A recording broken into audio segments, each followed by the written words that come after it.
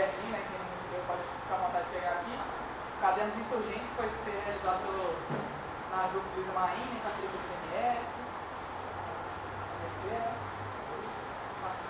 E aí o Luiz Otávio Libas, ele é professor substituto da UERJ, e ele estuda exatamente a assessoria jurídica popular e sua relação com os movimentos sociais. Então, eles vão falar um pouco para a gente agora desse estudo de casos que eles tiveram do MST, que foi chamado de MST versus Ministério da Cultura.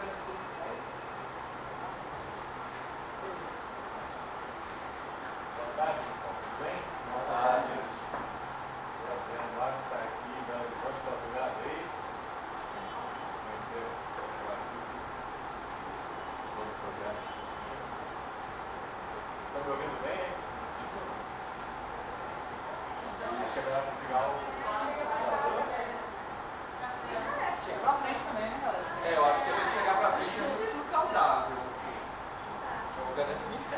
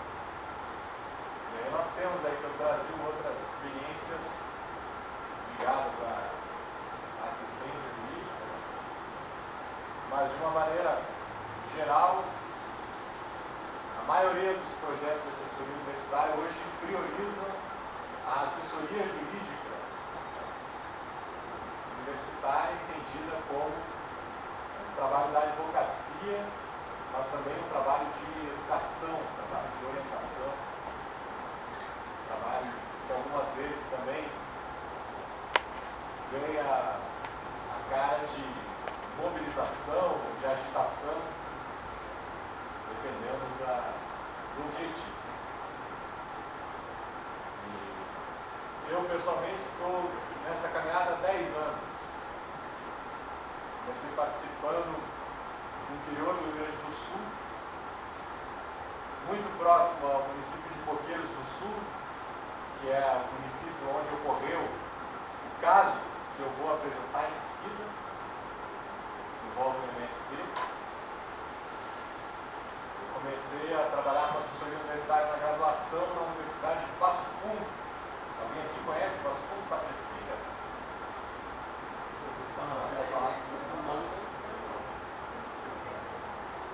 Universidade de Passo Fundo.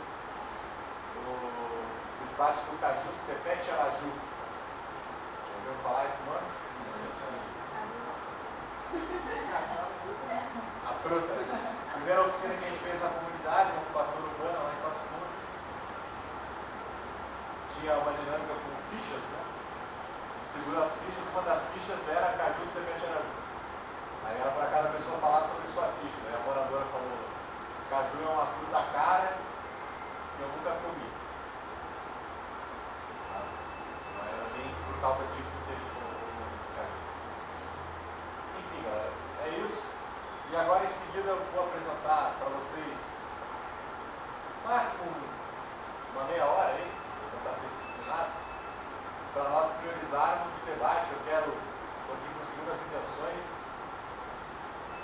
Acredito que o nosso diálogo nessa tarde pode ser muito interessante. Eu pretendo sair daqui conhecendo mais sobre os 4 projetos que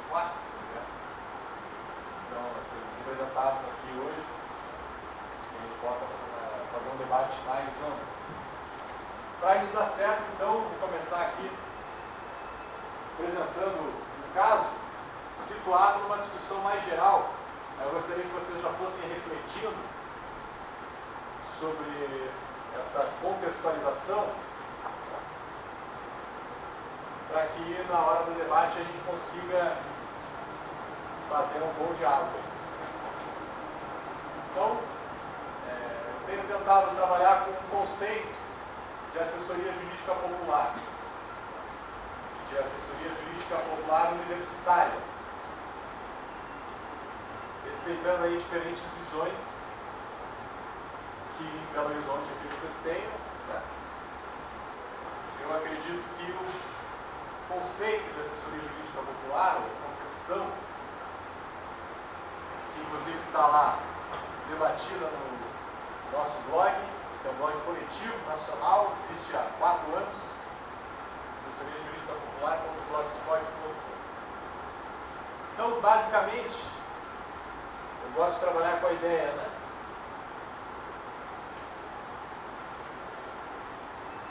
De assessoria jurídica popular universitária e pensar as suas relações de uma maneira muito simples. Eu diria que a assessoria jurídica popular é um trabalho de apoio jurídico e educativo realizado por estudantes, professores, profissionais, em relação com o direito, junto com os movimentos sociais e outros grupos sociais. Basicamente isso. E a especificidade da assessoria jurídica popular universitária tem essa relação também com a universidade ou as instituições de ensino superior no país. A assessoria, o apoio, o serviço, o trabalho social, como vocês quiserem chamar, é algo muito antigo. Pensar no direito, seria bom que nós já tivéssemos avançado em termos de movimento estudantil, de assessoria jurídica universitária, hoje tivéssemos a clareza de qual é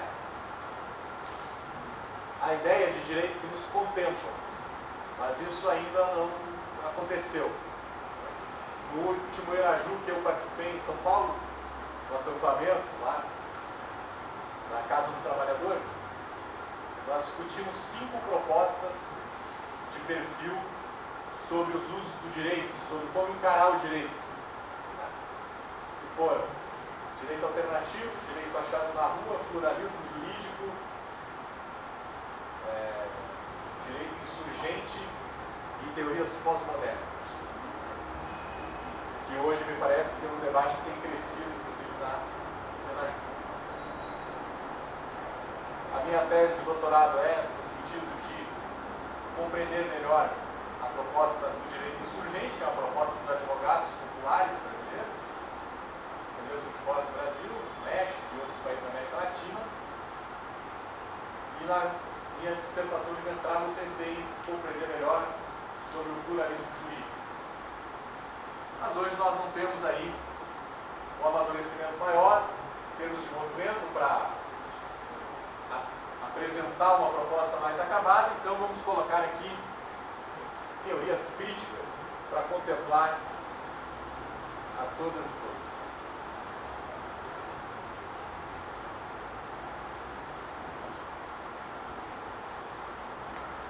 O popular talvez seja a questão mais nebulosa hoje.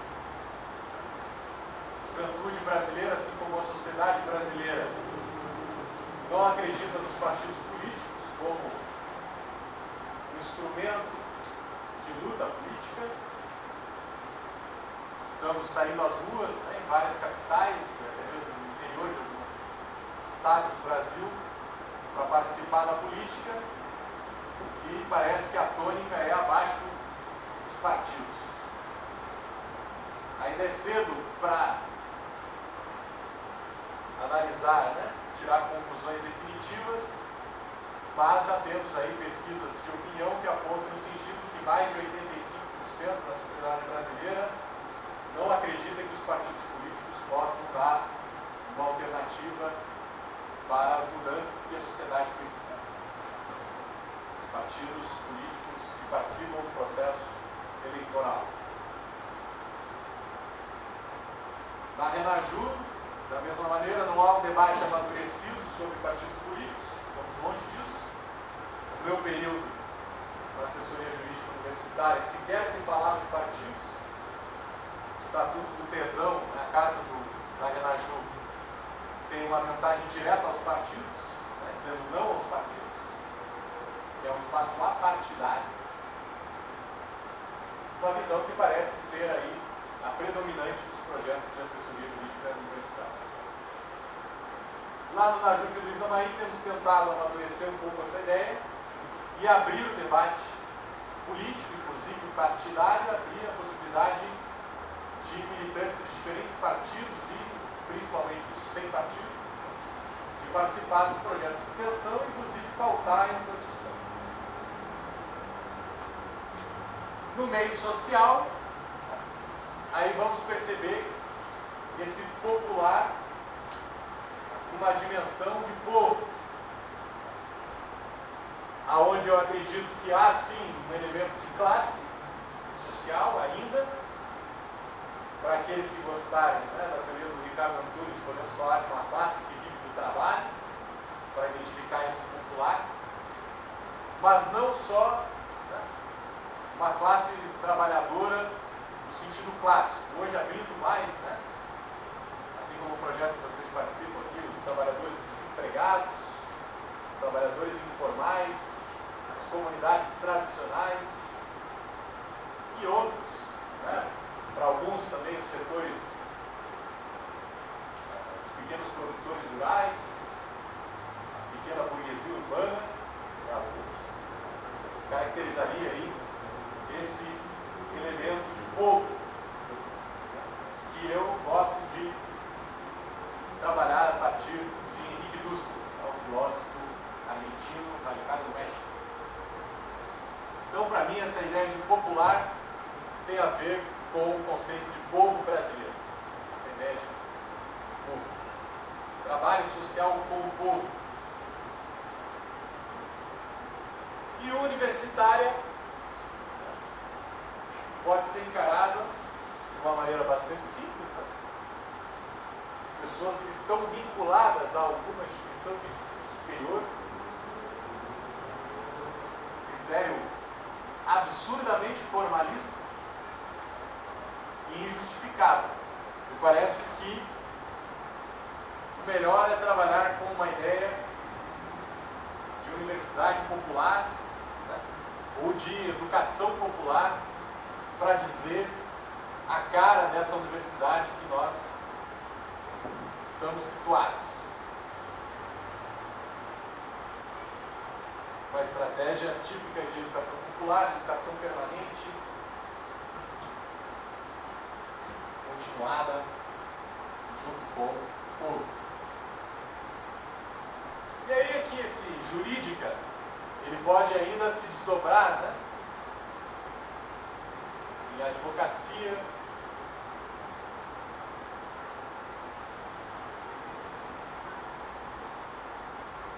e outras estratégias que em seguida nós veremos. Então, para começar, eu queria colocar esse quadro aí, o que para mim consiste a assessoria jurídica popular universitária, e fico na expectativa de que depois da exposição do caso nós possamos aprofundar esse conceito e fazer um debate sobre a assessoria jurídica popular universitária. Até aqui, quem quer fazer algum comentário?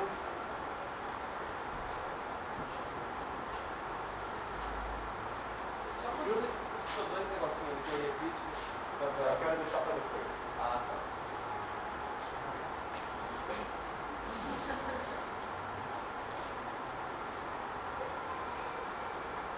Tranquilo? Então vamos lá. Vocês receberam aí o primeiro exemplar dos cadernos estudantis. É uma iniciativa do Instituto de Pesquisa de Direitos e Movimentos Sociais. Vamos ter tempo aí até amanhã de conversar sobre o Instituto. Vamos nos concentrar aqui no conteúdo desse caderno, que trata do estudo de caso da tentativa de dissolução do MST pelo Ministério Público do Rio Grande do Sul em 2008. Alguém aqui nessa sala já ouviu falar desse caso? Conhece esse caso? Poderia levantar a mão? Eu falar no seminário lá em Coreia. Você falou. Professora Bob? Você comentando, no seminário de direito. Claro. Então talvez foi até o Orlando que comentou comigo. Eu comentei com você. Todo mundo conhece. Eu falei. Eu mandei no meio da ajuda, o caderno de texto, está muito tempo. Legal. Então, gente, o norte do Rio Grande do Sul, onde está situado o município de Coqueiros do Sul,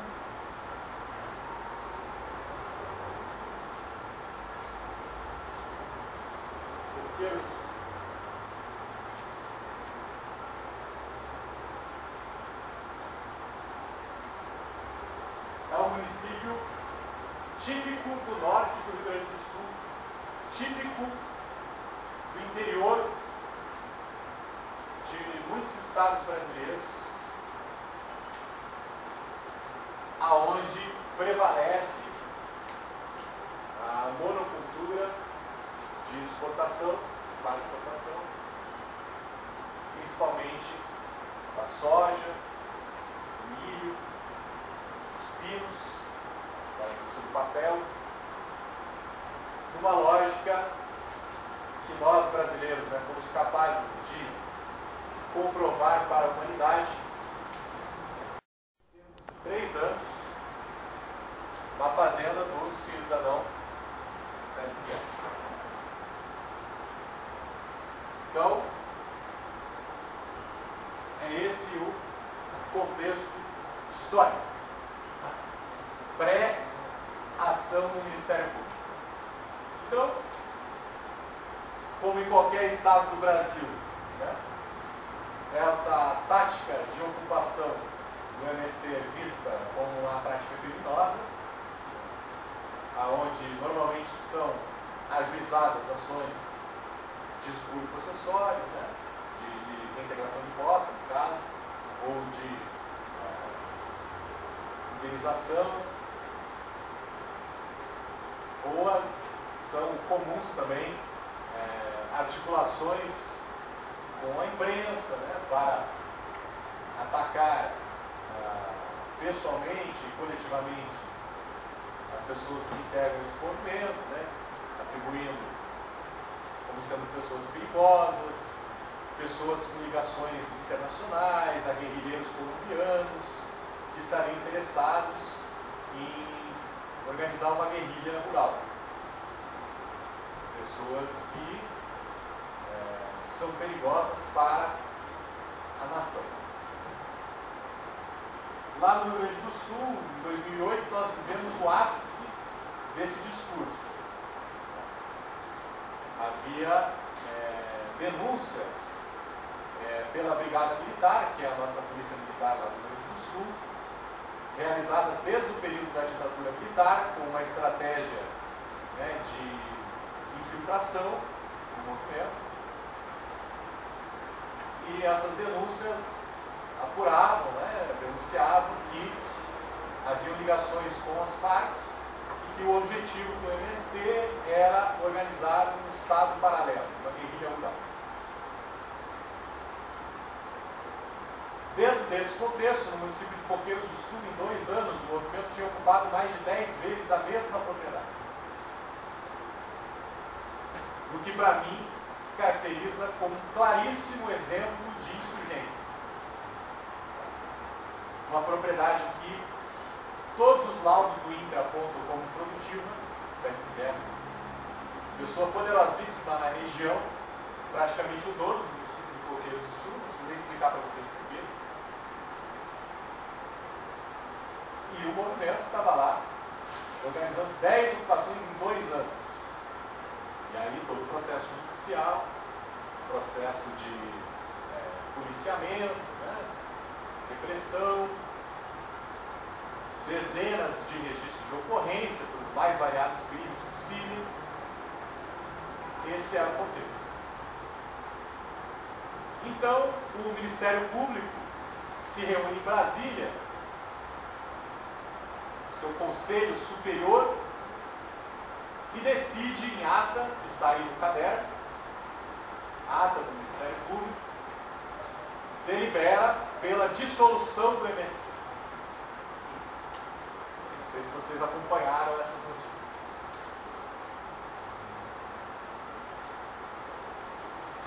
A partir disso, o Ministério Público do Rio Grande do Sul ingressa com 4 ações em diferentes regiões do Estado para cumprir essa deliberação nacional. Dissolução do MST.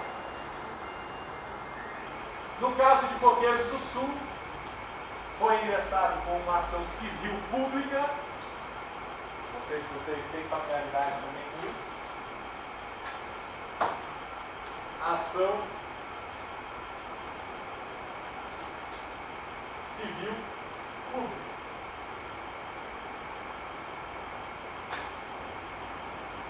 Que é uma das ações constitucionais, tem o objetivo de proteger a sociedade, seus direitos coletivos.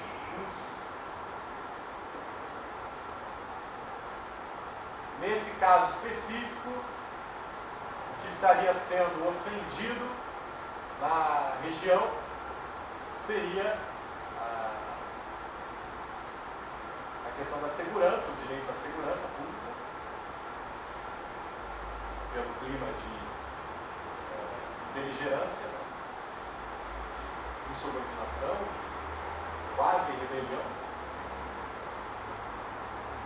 Estaria sendo violado o direito à segurança e também o direito ao meio ambiente saudável, porque, segundo a denúncia do Ministério Público, o movimento estaria envolvido em ações contra o meio ambiente, fazendo queimadas, derrubando árvores, matando animais,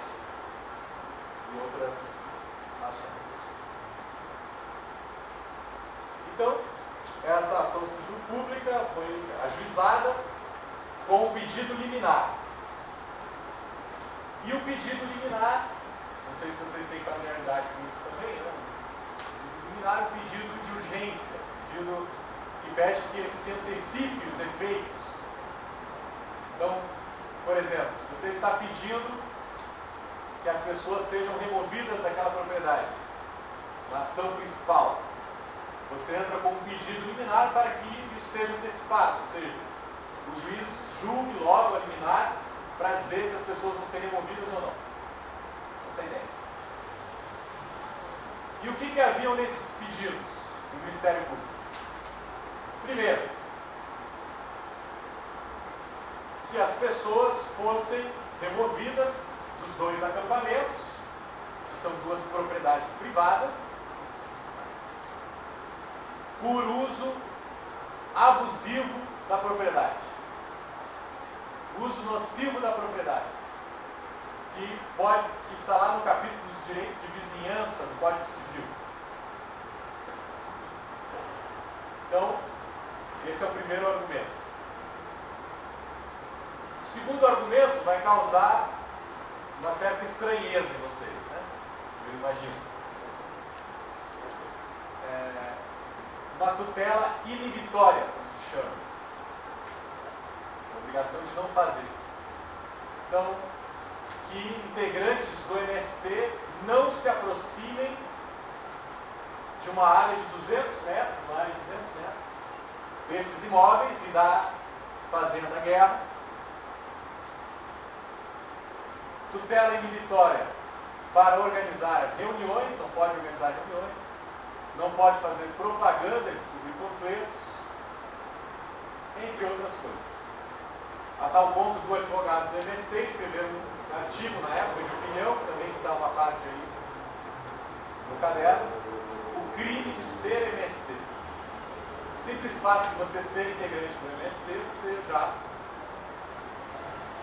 estava constituindo uma infração.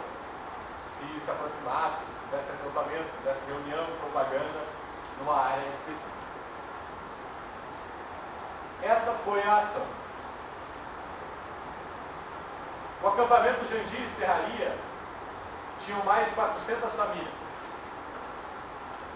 2 escolas, um posto de saúde, horta comunitária, crianças, idosos, e todos foram despejados após a decisão liminar, que foi favorável do juiz da comarca de Carazinho, inclusive é professor da universidade onde eu me formei, a Universidade de Costa Rica, Orlando Fachin Neto. Após a decisão dele, durante a liminar, 400 famílias foram despejadas na noite mais fria do inverno de 2008. Na madrugada. Foram cerca de 40 caminhões para retirar todas as pessoas. Foram colocadas na beira da estrada. E depois o Ministério Público entrou com uma nova ação para remover as pessoas da beira da estrada e novamente o Judiciário deu a decisão e as pessoas foram removidas. A mesma comarca que meses antes tinha dado uma decisão que proibia uma marcha do MST que saía da região de Nova Santa Rita para chegar até o norte, passaria por Santa Maria, depois por isso vocês já têm dimensão do tamanho do pepino, do abacaxi. Eu, pessoalmente, trabalhei nessa ação como advogado, tinha acabado de me formar. E confesso a vocês que tudo que eu tinha aprendido no projeto de extensão foi pouco, né, na hora de encarar essa dura realidade. Né? Tá certo que também foi uma das ações mais difíceis, mais complexas que o MST já enfrentou, em termos de processórias, você pode chamar de processórias. Mas foi algo realmente muito complicado. Então, no GEAP, né, que é esse grupo de estudos da advocacia popular, lá no Rio de Janeiro, são 6 anos depois que o caso aconteceu, né, nós resolvemos estudar esse caso e tentar aprender com ele. Aprender o quê? Aprender como o Estado funciona. E aprender como que os advogados que trabalham com os movimentos sociais se organizam e agem, né, na tentativa de minimizar os prejuízos que o Estado, né, provoca a partir do judiciário de processos judiciais. Basicamente é isso. Então, nós trabalhamos lá com duas questões para estudar esse caso. O GEAC, o Grupo de Estudos e Práticas da Advocacia Popular, parte de 3 palavras-chave básicas, que é a ideia de método, a ideia de advocacia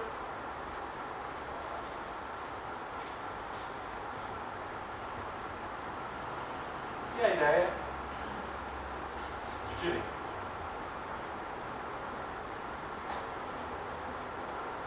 Nós estamos propondo um conhecimento que tenha usabilidade pela sociedade e por movimentos sociais no Brasil.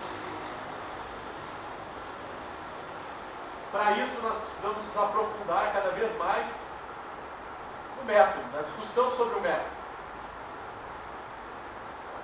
Nesse caso, o método de investigação, o método de pesquisa, o método de compreensão na realidade. Concreta, realidade concreta. E queremos também compreender e nos apropriar do trabalho social da advocacia. E para isso precisamos cada vez mais pensar e agir com a advocacia, com os movimentos sociais. E isso exige da gente também um esforço que não é nada fácil de estudo do direito, tanto o direito posto, o direito processual, a técnica jurídica, quanto uma análise política, histórica do direito, de tentar desconstruir o discurso ideológico do direito capitalista. Basicamente isso.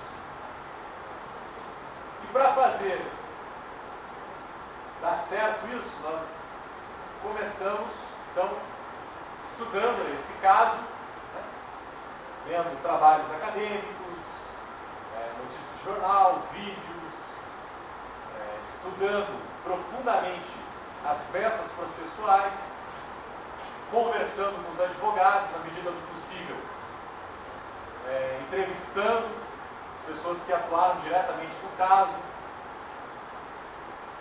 E nesse caso específico eu tinha trabalhado como advogado, então tinha também o meu relato, né, no caso. E nós podemos então, no final de 4 meses, chegar a algumas conclusões, que estão aí no caderno também, aqui na página 7. Que é esse quadro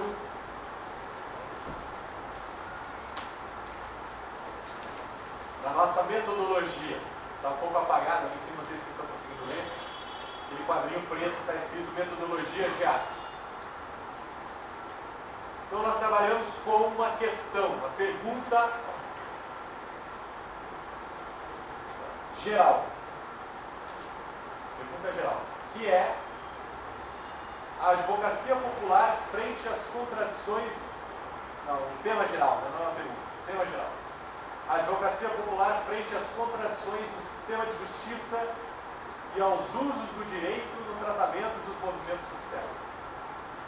Percebam aqui o esforço de distanciamento, de dar uma certa objetividade para a análise, um rigor maior da análise, tentar fugir um pouco de uma análise ideológica simplesmente, mas também uma análise a partir da ideologia, mas tentando ir para o campo da ciência ou da teoria, como vão preferir os marxistas. No campo teórico, então, estamos trabalhando nesse tema, que é o tema da advocacia dentro do contexto de contradições. Por que esse sistema de justiça? Para explorar, né, toda essa riqueza das estratégias do Estado na repressão dos movimentos sociais, que se dá pelo Ministério Público, pelo Judiciário, pelo Legislativo, pelo Executivo Municipal, pelo Legislativo Municipal, e aí vai. Aí formulamos uma pergunta exploratória. Essa pergunta exploratória nos acompanhou na leitura de todo o material, toda a revisão bibliográfica. Quais são os usos do direito às contradições do sistema de justiça na sustentação da ilegalidade e ilegitimidade do MST nesse caso? Então percebam de novo o critério de distanciamento, onde nós estamos tentando compreender o fenômeno, o fato social. A partir disso, chegamos a 3 conclusões. Primeiro, há uma grande contradição nesse caso, porque são 2 propriedades privadas, os 2 acampamentos. E o Judiciário Gaúcho usou como argumento para desapropriar os acampamentos o descumprimento da função social da propriedade, que constitui a principal bandeira do MST na luta por reforma agrária e no discurso jurídico dos advogados. A grande maioria dos advogados do MST, para defender o movimento, falam que é um movimento que luta pela função social da propriedade. E o Judiciário Gaúcho, nesse caso, desapropriou 2 imóveis com o argumento de que não cumpria a função social. E repito, 400 famílias, hortas comunitárias, 2 escolas, um posto de saúde, contato com o Executivo Municipal, o Executivo Federal. Para nós isso constitui uma contradição, porque o Estado não tem esse rigor ao analisar o processo do INCRA do Félix Guerra, que responde o processo do INCRA há muitos anos, e não tem esse rigor da análise sobre o cumprimento da função social. Então, para nós é uma contradição, na medida que, dependendo do sujeito que está sendo analisado pelo sistema de justiça, vai ter um tratamento X, se for outro sujeito, vai ter um tratamento Y. Por que é uma contradição? Nós estamos aqui ainda usando o próprio discurso do Estado capitalista e jogando esse discurso contra a sua própria lógica. Segundo, segurança pública e aplicação da Lei de Segurança Nacional. Na petição inicial do Ministério Público, há referências à Lei de Segurança Nacional e que o MST, nessa região e outras regiões, estaria fazendo treinamento de guerrilha junto com as Farc e o objetivo seria criar um Estado paralelo.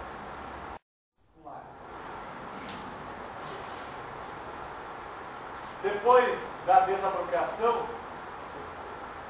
os meios de comunicação silenciaram sobre isso.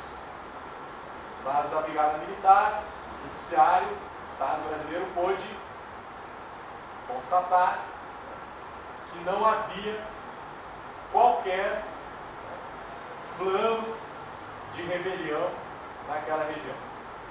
Ou seja, é um argumento falso.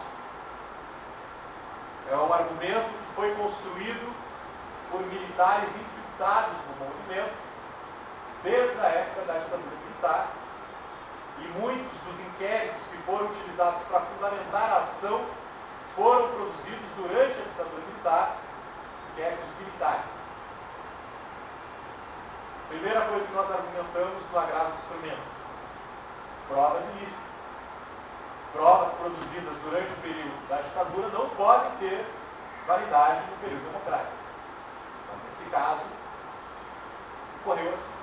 para nós isso é uma contradição. Defender a segurança pública e invocar a segurança nacional numa democracia. Isso parece uma contradição do Estado capitalista.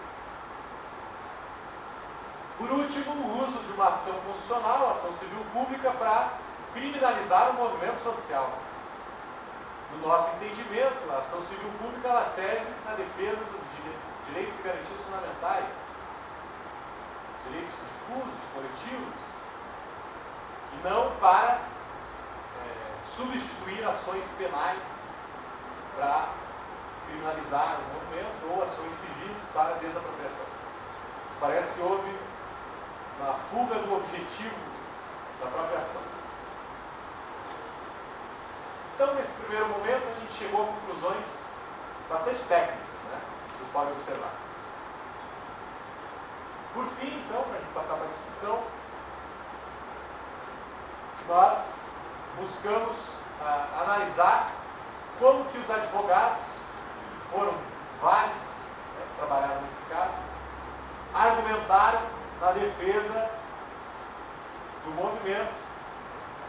E aí formulamos essa pergunta: quais as estratégias da advocacia popular frente às contradições do sistema de justiça e aos usos do direito no tratamento dos movimentos sociais? Então, se antes o que nos interessava mais eram os usos do direito, as contradições, agora nos interessa mais as estratégias da advocacia popular. E aí nós chegamos a três possibilidades, a três estratégias da advocacia. Uma estratégia que nós estamos chamando de positivismo de combate.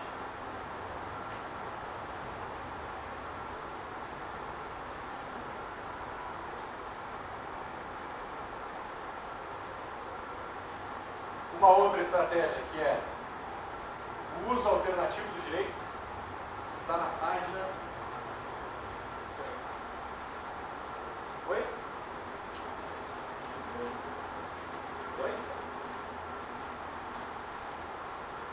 12? Quadrilha? 21. Não, 22. Uso alternativo do direito.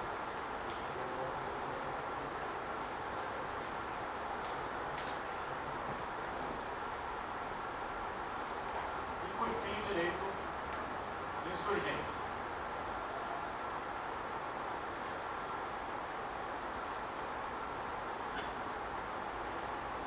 Então, nós chegamos à seguinte conclusão.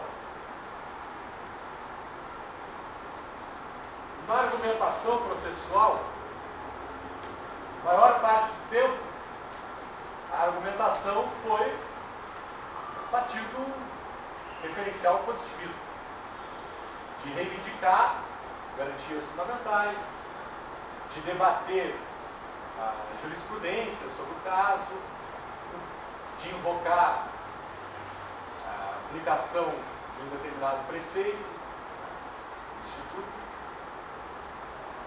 do que nós chamamos aqui de positivismo de combate. Aquilo que favorece o movimento social não tem por que não utilizar.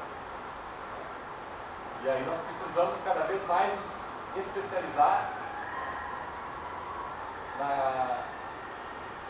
nos artigos, nas leis que favorecem as decisões, principalmente, que favorecem os movimentos na discussão processual. Mas na maior parte das vezes isso não vai ser suficiente. Como nesse caso, não é.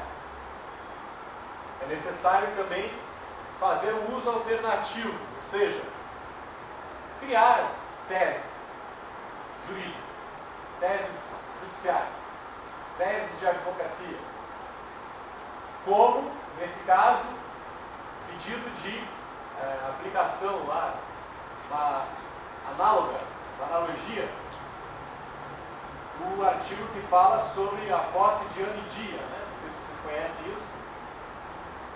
A pessoa que está na posse do imóvel há 1 ano e 1 dia não pode ser despejada liminarmente. Doação liminar, pedido liminar. não se trata exatamente da situação desse processo, mas se faz uma analogia e se invoca esse dispositivo no nome dessas pessoas. E por fim, o direito insurgente.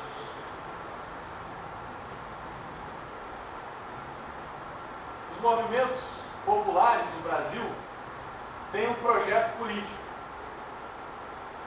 que até onde eu sei, não envolve, pelo menos nos próximos 10 anos, uma guerrilha rural armada. Pelo menos não nos movimentos que eu apoio. Mas existe um projeto político. E existem advogados, como eu, que apoiam esses movimentos. Então, além de eu ser advogado desses movimentos, eu apoio politicamente.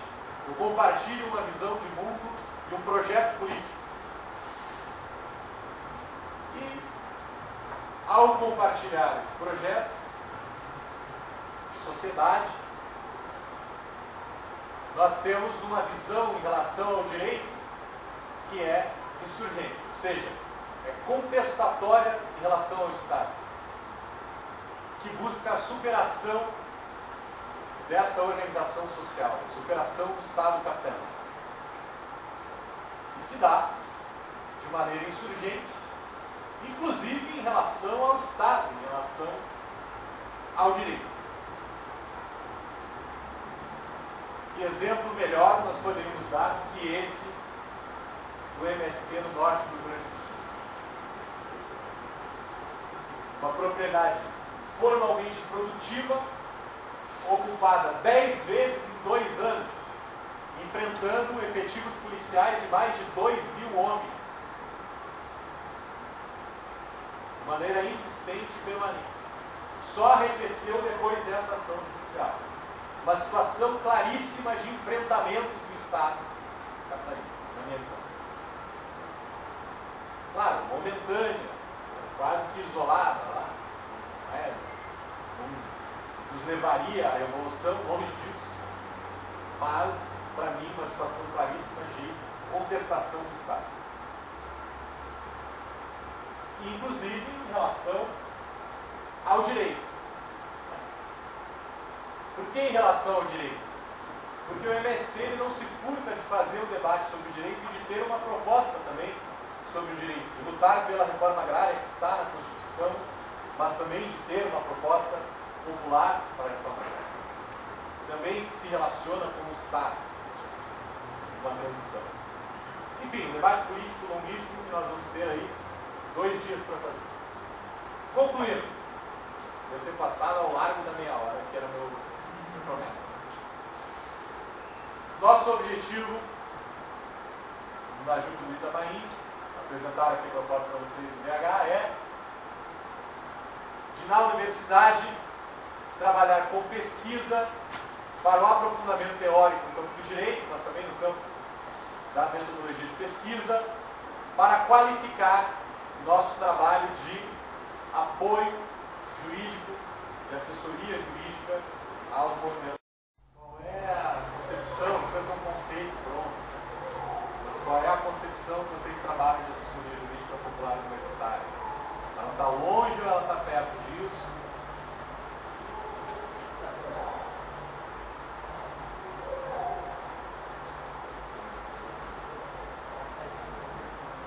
Outra pergunta, rapidinho. Alguma faculdade aqui em BH trabalha com a metodologia de ensino de estudo de caso?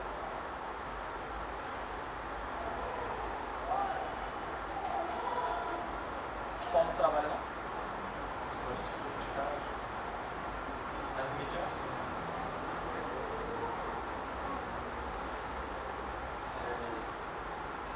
Esse projeto que você desenvolve mesmo para mim, ele está pensar se está diretamente ligado ao estudo de caso e está ligado ao estudo de história de São Paulo, esses fatos também,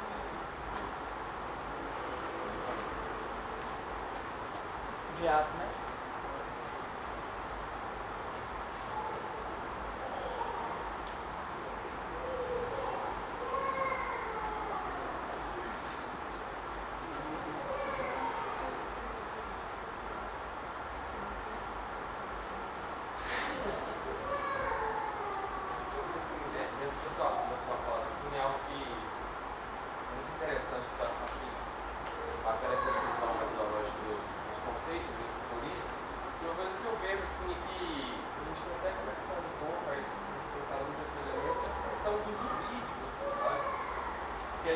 gente acaba por perceber assim, que nessa crise com o direito vacina de dominação, a gente acaba por acabar abandonando ele, assim, tipo, vamos pensar juridicamente. Não, o negócio tá do meio da política e tal, e acaba esquecendo um pouco desse uso da ferramenta mesmo. E uma coisa assim, que eu tenho um pouco de dificuldade com isso e de visualizar esse dentro da universidade, como melhorar nesse sentido, é essa questão, é conciliar isso com a parada da autonomia estudantil, assim, sabe? E talvez a experiência sobre auxiliar nesse sentido, em como coadunar essa questão do positivismo de combate, da instrumentalização do direito, mas assim, sem perder essa parada da autonomia estudantil, até entendendo que é muito complicado dentro da universidade, pelo menos aqui, encontrar orientadores que têm essa pegada assim, do uso crítico da ferramenta e que tem essa possibilidade com os movimentos sociais. É algo que eu tenho vontade de ver um pouco mais do uso público, como chegar mais próximo da teoria crítica na prática. Assim.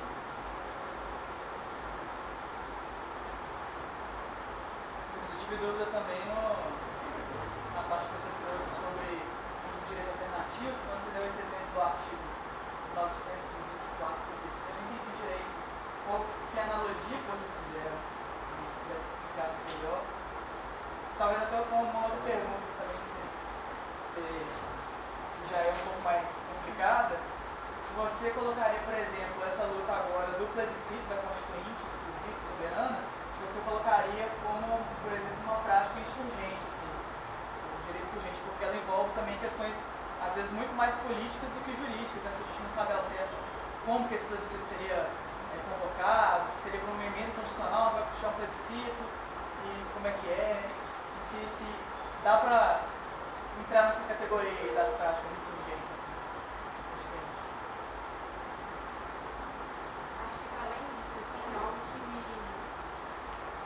Eu acho, às vezes, um pouco muito complicado de estudar, por exemplo, os marcos teóricos da JUP e da FMG, um dos marcos é Paulo Freire, né? A gente trabalha com a perspectiva da educação popular.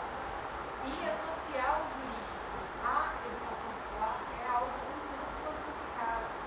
Principalmente a gente que trabalha muito das causas urbanas, assim, no direito político. É um direito feito para a gente não compreender, é extremamente técnico, extremamente instável também e completamente silencioso, e utilizá-lo, por exemplo, dentro da comunidade, a partir dessa perspectiva do empoderamento, né, é um pouco complicado. E aí eu queria, pelo menos, é um ponto bem crítico, que eu considero, na verdade, a gente é uma coisa que a gente traz que é essa coisa da educação popular e da questão política, dos direitos humanos, mas como que isso é possível e é interessante de ser feito. Talvez a gente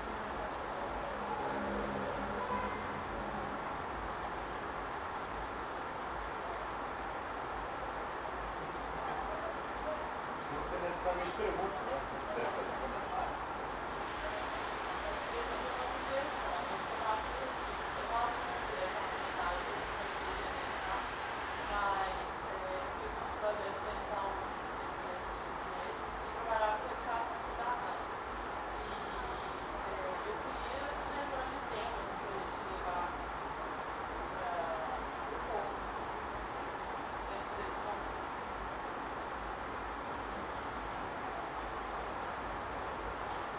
Começar aqui sem te convidar.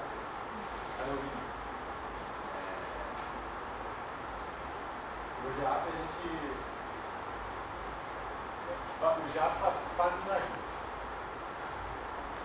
Além do JAP, no NAJUP tem o GEOPOP, trabalho mais com educação popular. Tem muitos integrantes do NAJUP que fazem parte dos dois grupos. No GEAP, a gente está agora no nosso terceiro estudo de casos. O primeiro foi esse, o segundo foi exatamente o caso que o projeto de extensão do GeoPop estava trabalhando, que é o caso do um assentamento urbano da Estradinha, na cidade do Rio de Janeiro. Então, o Geopop e o GEAP trabalharam na mesma comunidade por 6 meses. A nossa ideia no GEAP é esse aprofundamento de pesquisa, de parecer, assessoria. E agora o terceiro caso que a gente está estudando é sobre as manifestações, 2013.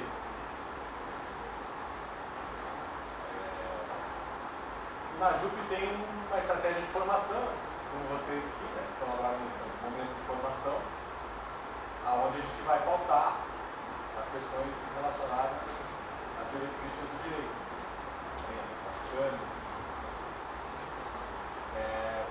não é raro, às vezes, também, que no estudo de caso a gente acaba encontrando espaço para debater questões mais profundas também. A partir do processo, a gente vai discutindo questões mais políticas, daqui a pouco entra na teoria do direito, no marxismo, e vai aprofundando. Em relação ao jurídico, né, essa questão da autonomia estudantil, a dificuldade de orientação, né, de professores com perfil crítico, e que muitos vão acabar optando por abandonar o direito, por ver como recuperar. O primeiro seminário que a gente fez, o segundo seminário que a gente fez no IPMS, foi em Goiás, cidade de Goiás, o Tião, que é do MST do Espírito Santo, e da turma especial do Ana Luiz Silva, né, que já se formou lá na UFG, falou para ele, né, a concepção sobre o direito depois que tinha terminado a faculdade.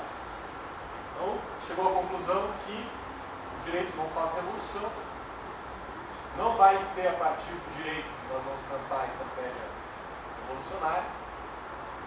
Agora, no contexto de repressão, como esse que descrevi a vocês, o abandono do direito não é uma opção. Se os advogados da MSN não tivessem agravado, contestado, atuado judicialmente, o resultado poderia ter sido pior. Não é uma opção para os movimentos populares, né, abandonar o direito. Se nós queremos trabalhar com os movimentos populares, nós temos que ter um compromisso político de colocar à disposição, dar uma usabilidade para esse conhecimento que nós temos na universidade. Agora, para quem considera o direito, lá no Rio a gente tem tentado também avançar nisso, para já entrar também na questão da educação popular.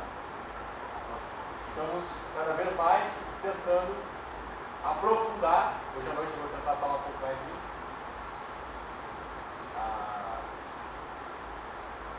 a educação popular, né, como uma ferramenta de trabalho popular. Então, estamos tentando cada vez mais conhecer as experiências que tem no Brasil, na América Latina, e atuar com diferentes maneiras que são possíveis. Então, acho que o conselho que eu daria é esse. Se está muito ruim, a educação também é uma profissão, né? Vamos para a educação. Inclusive da educação popular. E hoje no Brasil nós temos vários coletivos organizados nesse sentido, em movimentos, em universidades, em outras organizações da sociedade civil, até no Estado, para quem se sentir à vontade. E no caso específico da Renaju, vejo com muita expectativa esse debate sobre educação popular que possa se aprofundar mais em propostas específicas. Acho que é um debate muito de princípios, de relatos históricos e pouco de chegar numa ferramenta, né? Por exemplo, Paulo Freire construiu uma ferramenta de alfabetização de jovens e adultos e aplicou como projeto de extensão na Universidade de Pernambuco e tal. Depois o Plano Nacional de Alfabetização, depois o governo de São Paulo, o governo Dina. Mas o Paulo Freire não tinha só uma proposta de alfabetização, tinha uma proposta de extensão, de universidade popular, de pesquisa para problemas na América Latina, de educação para jovens e adultos, não só de alfabetização. E são poucas as pessoas que conhecem e detalham essas propostas passo a passo. Lá no Rio a gente tem tentado fazer isso, junto com um educador que se chama Antônio Gouveia, que é de São Carlos, São Paulo, que trabalha com a ideia de educação popular crítica e transformadora e um passo a passo a partir de frases significativas. Tem um livro que está na internet para baixar, que se chama Em Busca do Tema Gerador, Antônio Gouveia.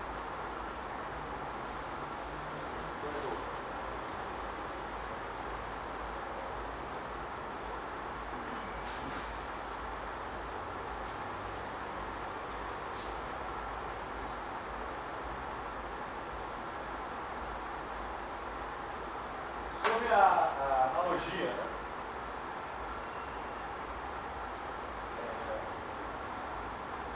Nós não conseguimos encontrar nenhuma jurisprudência que trabalhasse esse artigo no sentido que nós queríamos. Embora para nós esteja claríssimo de uma interpretação simples do dispositivo, seja o dispositivo de combate, já seria suficiente. Mas à medida em que a interpretação, né, se dá também com um contexto, e nós não temos essa tese reverberando sendo usada nesse sentido, falamos aí de uma analogia, mas não seria propriamente uma analogia, seria uma aplicação direta do dispositivo. O objetivo era não impedir a eliminar mesmo. Não fosse eliminarmente, mas pelo que eu entendi, todos já estavam mais de eliminar. O dispositivo está na parte lá no capítulo de propriedade. Nunca vi esse dispositivo ser usado em uma ação que envolvesse posse, que envolvesse ocupação.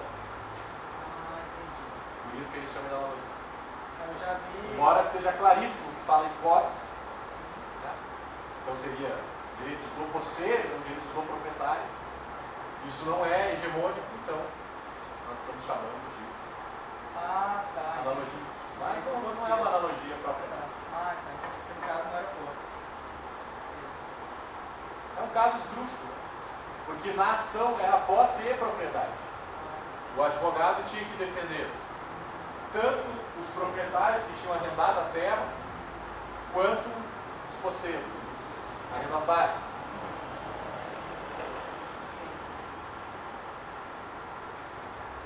Mas você tem razão, né? Não é um sentido próprio. E a prática insurgente, né? A pauta do plebiscito popular, acho que ainda é cedo, né, para a gente ver como é que ela vai sair. Se vai ser mais um positivo de combate, dizer onde é que está na Constituição, parece ser mais isso. Onde é que está na Constituição a possibilidade dela e usar exatamente o procedimento que a Constituição prevê. Então, não há propriamente caráter insurgente. Agora, na medida que isso for feito num contexto de mobilização popular, de enfrentamento, de contestação, né, da forma como se faz política no Brasil, né, uma contestação desse sistema aí de oligopólios, né, que financiam as campanhas, por exemplo, meia dúzia de empresários que doam a maior fatia para as campanhas. E ao contestar isso com o plebiscito popular, nós estamos também enfrentando o capital. Aí parece que há um projeto político claro de enfrentamento, mas isso depende da pauta e como ela vai sair. Como ela está posta hoje, me parece bastante isso.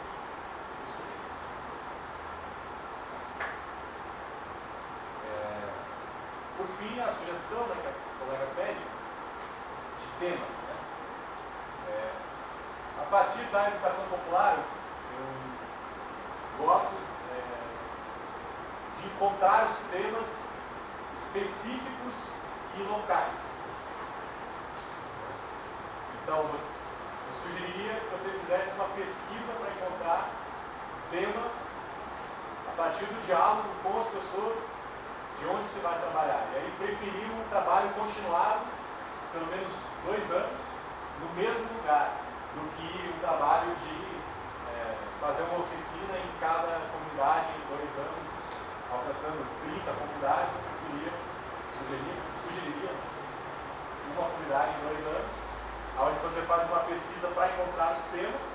E aí não vão ser temas necessariamente jurídicos. Tá?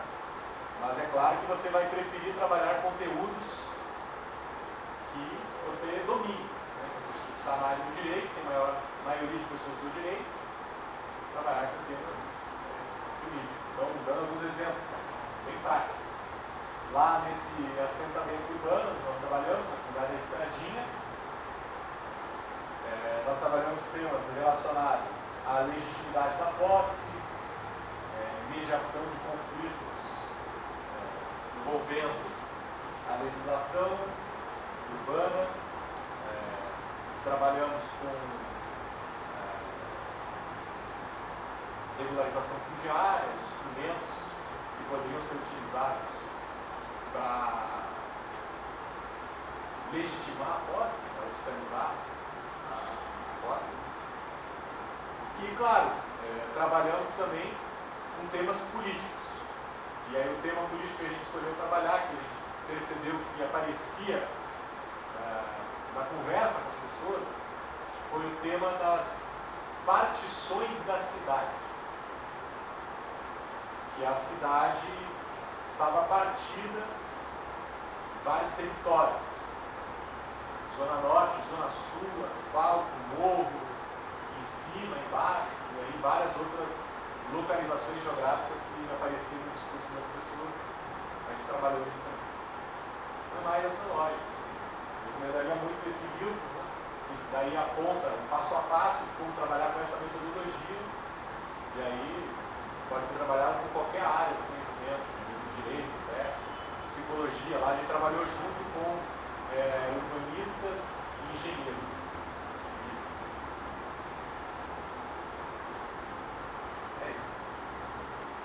E vocês? Vamos lá.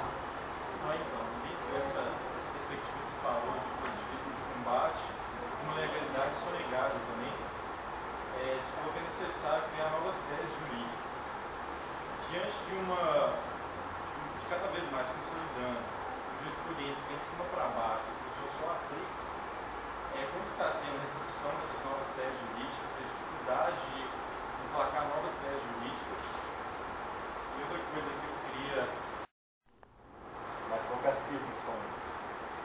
No campo da política judicial, onde a mudança pode acontecer, por menor que seja.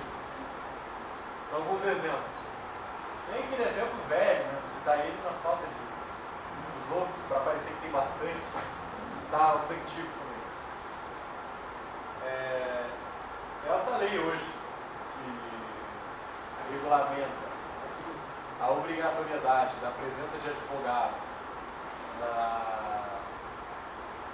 em todas as etapas, né, do processo penal, foi uma conquista do direito alternativo, de juízes que sempre anulavam a primeira fase lá do inquérito, da própria prisão de flagrante e tudo mais, porque não tinha o acompanhamento do advogado. A partir disso, se construiu toda uma jurisprudência e a legislação. Um outro exemplo que eu poderia dar no campo eu não estou lembrando o termo judicial, talvez vocês possam me ajudar. Lembrei, inspeção judicial. Agora, no novo Código de Processo Civil, para ações processórias é obrigatória a vistoria judicial e uma audiência de justificação, né, antes da decisão. Isso, por exemplo, quando eu era estagiário na primeira vara civil de Passo Fundo, o juiz Cristiano Aires, ele deu uma decisão exatamente nesse sentido, numa outra ação envolvendo o MST na região. Falando exatamente isso. Que ele não era uma decisão que indeferia o pedido de liminar. Era uma decisão de agendar uma audiência de justificação. Ele chamou na época de audiência de tentativa de conciliação, chamando os órgãos competentes, e o proprietário deveria comprovar o cumprimento de todos os incisos da função social da propriedade. esse juiz foi ameaçado de todas as maneiras por ter dado essa decisão, foi ameaçado de morte, foi ameaçado de nunca ser promovido, sofreu todo tipo de perseguição pela imprensa. Se hoje você digitar o nome dele no Google, você vai encontrar jornais do mundo todo falando do juiz comunista, por causa dessa decisão. Então, eu acho que esse tipo de exemplo serve para a gente fazer uma reflexão sobre a própria ideia que alguns marxistas vão fazer, né? Que não vale a pena nem pensar no que o direito pode oferecer em termos de luta política. Você percebe que o mínimo avanço que há, a mínima contestação de algo que está hegemonicamente colocado, já é encarado de uma maneira histérica, de uma maneira absurda. Então, aquele professor Joaquim Falcão, né, que hoje já está sambando numa outra freguesia, né, mas depois fez aquela pesquisa nas ocupações urbanas aqui em Pernambuco, lá em Pernambuco, chegou à conclusão de que se as universidades brasileiras, as faculdades de direito, colocassem os seus estudantes para pensar o processo junto com os movimentos sociais, os avanços que ocorreriam seriam significativos. Porque há uma falta tremenda de quadros técnicos para assessorar esse movimento. Hoje em dia, esse contexto mudou muito. Essa pesquisa do Joaquim Falcão é da década de 70. Mas, ainda assim, temos dificuldades. Quanto a essa ideia, num contexto mais urbano, o Rio de Janeiro é um laboratório, né, de regularização fundiária. Quem estuda o direito urbanístico sabe muito bem disso. Uma das causas do sucesso do Rio de Janeiro na regularização das áreas de favela, né, foi muito significativa na década de 90, principalmente, foi a partir do trabalho de advogados populares na Procuradoria do Estado. Depois fundando, o caminho que eles fizeram foi, principalmente no governo do Brizola, foi ocupar a Procuradoria do Estado, depois criar a Defensoria Pública dentro da Procuradoria do Estado, depois ela se destacou, criando depois o núcleo de terras da Defensoria Pública, né, que hoje em dia foi perseguido, está totalmente descaracterizado, mas por um bom tempo, na década de 2000, ainda atuou de uma maneira muito forte. Então eu sugiro que, não vou ficar aqui opinando sobre a organização dos movimentos sociais, que não é o meu papel aqui, mas opinar sobre o trabalho de apoio a esses movimentos sociais. Eu diria que é essencial nós criarmos aí trincheiras. Né? Não precisa ser uma trincheira dentro do Estado, me parece que são poucos os lugares hoje no Brasil que a gente tem uma conjuntura favorável para isso. Mas onde houver conjuntura favorável, como no Ceará, por exemplo. Isso foi feito, né? O escritório Frei Tito funciona dentro da Assembleia Legislativa, todo o espaço dentro do Estado. E lá no Rio eles fizeram muito essa estratégia de, como chama, guerra de posição grande. Colocaram pessoas especialistas em regularização fundiária de favelas, na Procuradoria do Estado, depois na Defensoria Pública e, mais recentemente, na Promotoria do Ministério Público Estadual. E, claro, toda a militância da advocacia popular, lá está os movimentos de moradia, que tem uma série de advogados, engenheiros, arquitetos atuando conjuntamente. Eu apostaria nisso, é um bom caminho. Mas, no caso sobre a estradinha, nós fizemos um debate longo sobre o direito urbanístico do Brasil. Nós ainda estamos para divulgar as nossas conclusões finais. Nós tivemos pelo menos duas posições no nosso grupo, lá no GEAP, sobre a reforma urbana do Brasil. Uma posição bastante radical, apontando, denunciando, né, a impossibilidade de uma reforma urbana por falta de vontade política dos governos e dos profissionais, dos professores envolvidos nessa proposta, teriam deixado de lado a militância do movimento popular para se voltar mais a teses, explicações, legislações, notas, do que efetivamente políticas públicas concretas e trabalho popular concreto.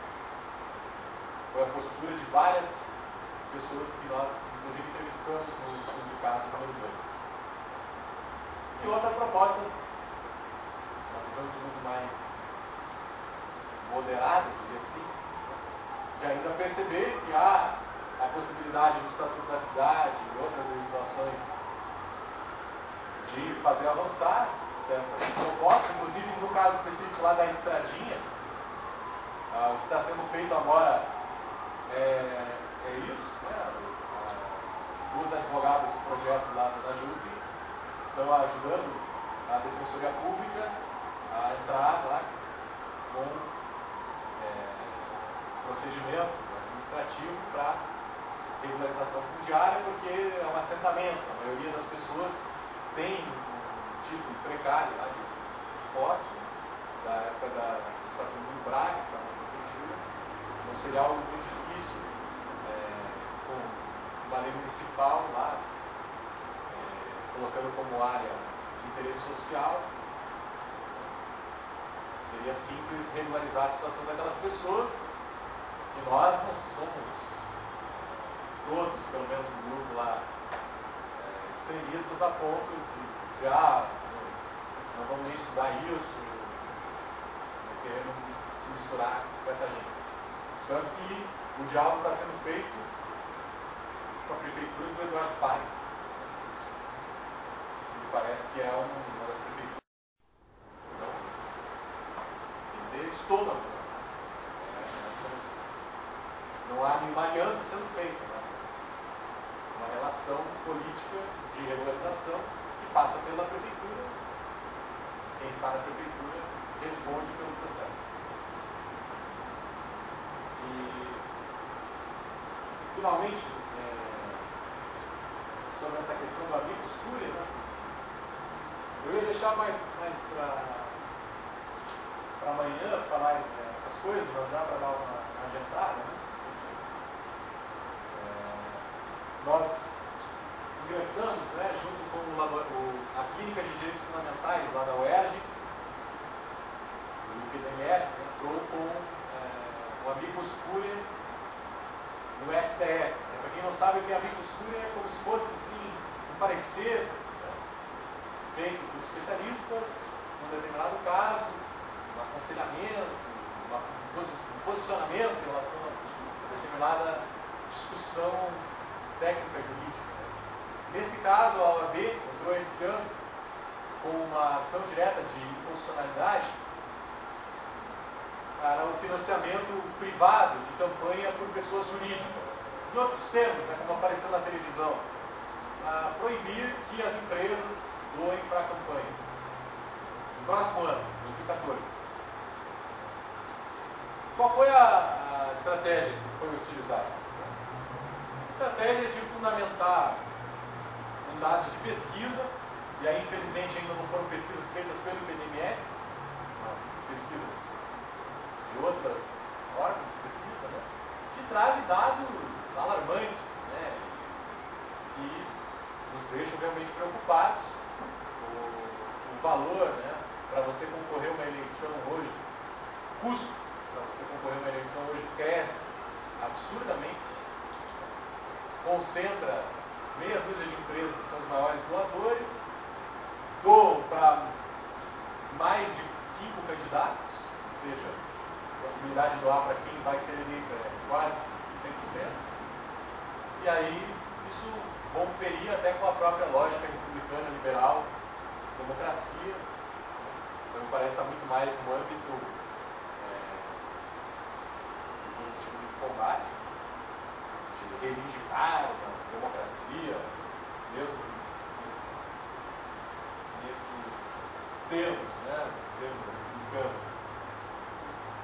Porque, vamos e convenhamos, não sei o que vocês pensam a respeito disso, mas eu parto do pressuposto que para a advocacia, para os movimentos sociais, o contexto da democracia burguesa é mais favorável para a luta política do que o contexto de ditadura burguesa, declarada, escancarada.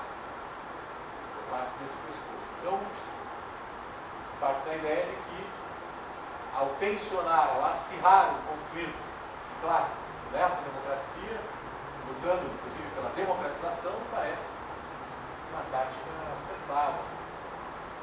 E o uso do direito também me parece justificável, para quem não vê muito sentido em usar o direito. Aí também há uma justificação do uso do direito. Mas é isso, gente. À noite, nós vamos fazer uma proposta mais dialogal, né?